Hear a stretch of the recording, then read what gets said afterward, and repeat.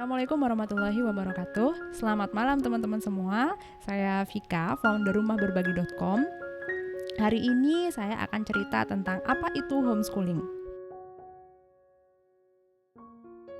Ini sebenarnya lucu sih, harusnya video ini tuh tergabung dengan video yang lalu di episode yang kedua, episode kedua homeschooling series, yaitu bagaimana memulai homeschooling. Cuman ternyata saya melakukan sedikit kesalahan sehingga part ini terpotong dan video mentahnya sudah hilang.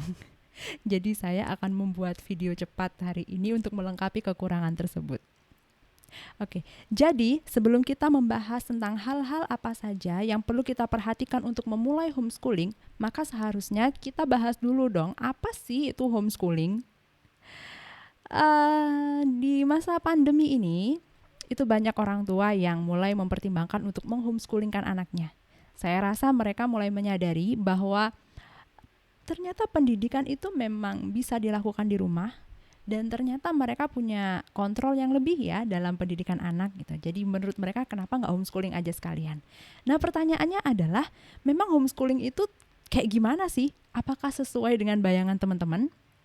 Oke, jadi kalau dari pengalaman yang saya alami, homeschooling itu adalah upaya yang dilakukan oleh orang tua untuk mengontrol pendidikan anak-anaknya dengan cara tidak memasukkan anak-anaknya ke sekolah.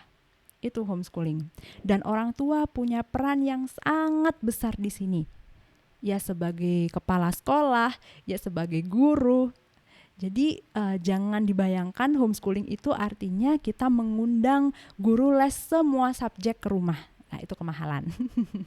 Atau jangan juga dibayangkan bahwa homeschooling itu artinya memasukkan anak ke lembaga homeschooling.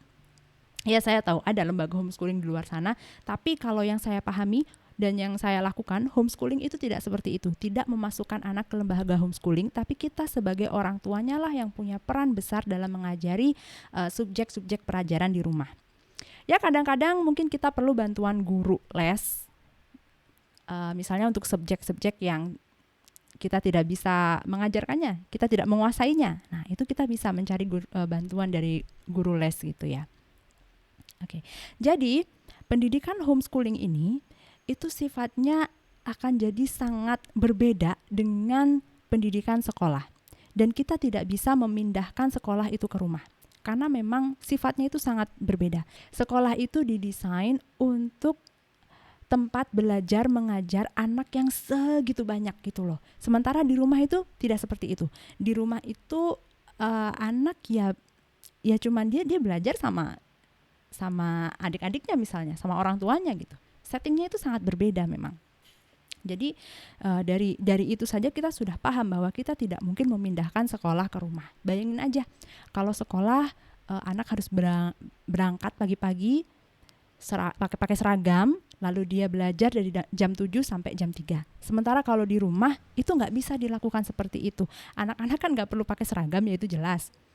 Lalu yang pasti anak-anak tidak harus belajar dari jam 7 sampai jam 3. Ya kali aja saya kan juga mesti nyuci, saya juga mesti bikin sarapan, saya juga punya banyak pekerjaan di rumah gitu kan. Jadi biasanya kalau saya sendiri malah dimulainya itu jam 10 Singapura ya, jadi sekitar jam 9-an waktu Indonesia Barat lah kita mulai belajar itu jam segitu, dan biasanya selesai di zuhur atau sebelum zuhur. Jadi belajar itu cuma 2-3 jam aja, nggak terlalu banyak gitu loh, nggak terlalu lama, dan anak-anak nggak perlu ngerjain PR. Belajar ya udah di situ di jam itu, dan kalau misalnya udah selesai ngapain, ya udah anak belajar bebas.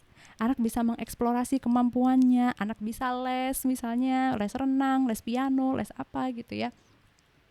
Anak juga nggak perlu pusing dengan pekerjaan rumah atau PR. Itu kondisi yang terjadi ketika kita melakukan homeschooling.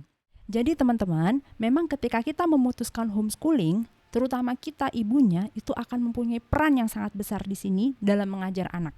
Ya bapaknya juga pasti, tapi kan bapak kan juga mencari nafkah kan, jadi mungkin dia hanya akan sedikit saja dalam berperan dalam mengajar subjek-subjek gitu ya. Tapi kita nih ibunya, ini yang pasti akan berperan sangat besar, apalagi di awal-awal seperti ini. Padahal yang namanya ibu itu banyak banget urusannya, nggak cuman pendidikan anak, kita ada urusan rumah, kita juga mungkin kalau masih punya bayi kita ngurusin bayi, masih ngurusin yang kecil-kecil juga gitu kan, belum lagi kewajiban-kewajiban yang lainnya, itu akan jadi sangat besar dan ya memang akan jadi satu perjuangan yang sungguh challenging menurut saya ya. Tapi karena saya melihat bahwa perjuangan saya ini itu worth it, saya merasa saya membutuhkan pendidikan yang personalized untuk anak-anak saya membutuhkan sesuatu yang tidak sama dengan sistem yang ada sekarang, ya maka saya perjuangkan homeschooling. Maka teman-teman pertimbangkan semua itu.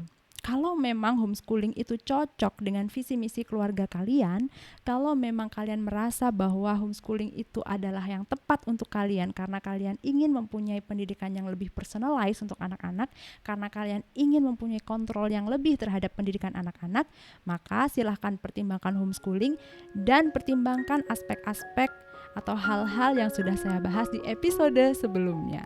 Oke, terima kasih. Assalamualaikum warahmatullahi wabarakatuh.